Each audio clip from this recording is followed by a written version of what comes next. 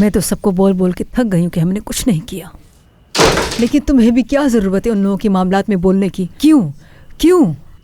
अम्मी, उस सादिया ने मेरा वैसे ही दिमाग ख़राब कर दिया है। अब आपको मुझ पे चलाने की ज़रूरत नहीं है बिल्कुल भी। नसरीन, एक बार अपनी बूढ़ी माँ की तरफ देख लो।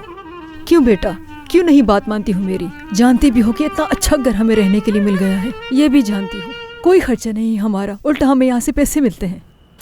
ये बात मैं कितनी दफ़ा बता चुकी हूँ। मैं किसी की नौकर बन के नहीं रह सकती, कितनी बार बताना होगा मुझे? जब करीम साहब हमें यहाँ लेकर आए थे तो कुछ और ही सोचा था मैंने, लेकिन शायद गलत थी मैं। यहाँ की औरतों को हमारा शुक्रगुजार होना चाहिए, लेकिन इंसानियत तक नहीं है उनमें।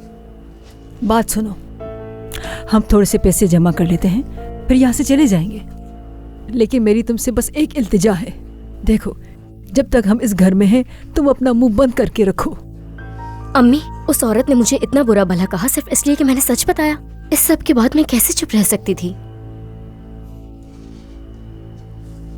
ठीक है, मैं तुम्हारे लिए खाने को कुछ लेकर आती हूँ।